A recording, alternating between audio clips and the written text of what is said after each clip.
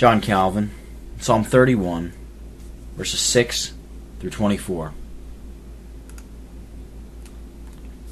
I have hated them that regard lying vanities, but I trust in the Lord.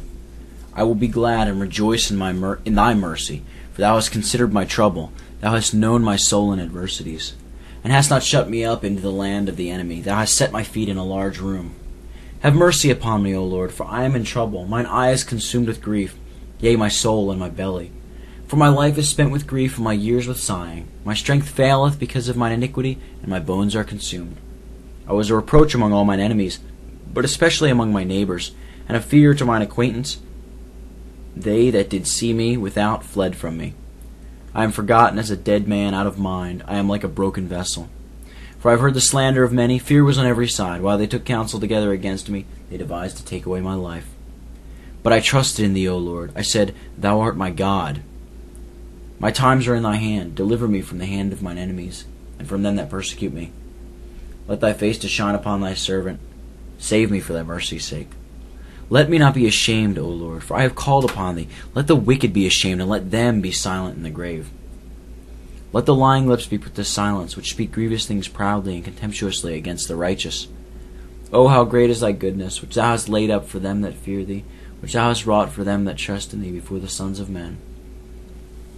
Thou shalt hide them in the secret of thy presence. From the pride of man thou shalt keep them secretly in a pavilion from the strife of tongues.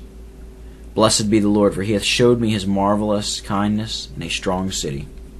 For I said, my haste, I am cut off from before thine eyes. Nevertheless, thou heardest the voice of my supplications when I cried unto thee. I love the Lord, all ye his saints, for the Lord preserveth the faithful, and plentifully rewardeth the proud doer. Be of good courage, and he shall strengthen your heart, all ye that hope in the Lord. Let your face shine on your servant. Save me from your unfailing love. Save me in your unfailing love, This form of speech is taken from the common apprehension of men who think that God regards them not, unless he really shows his care of them, by its effects. According to the judgment of sense, afflictions hide his countenance, just as clouds obscure the brightness of the sun.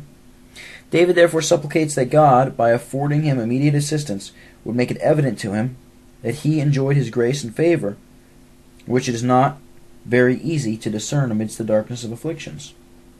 Now, God is said to lift the light of his countenance upon us in two ways, either when he opens his eyes to take care of our affairs, or when he shows to us his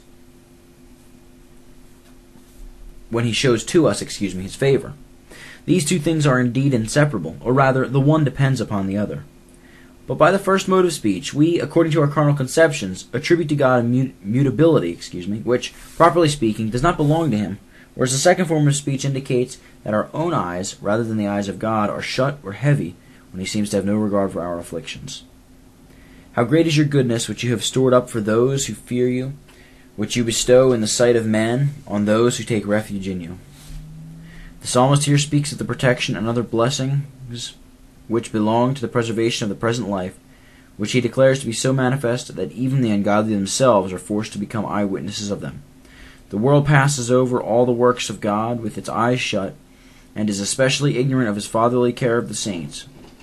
Still it is certain that there shines forth such a daily proof of it, that even the reprobate cannot but see them, except insofar as they willingly shut their eyes against the light. David therefore speaks according to truth when he declares that God gives evidences of his goodness to his people before the sons of men, that it may be clearly seen that they do not serve him unadvisedly or in vain. Be of good courage, and he shall strengthen your heart, all you who hope in the Lord. As no man is able of himself to sustain his daily conflicts, David urges us to hope for and ask the spirit of fortitude from God.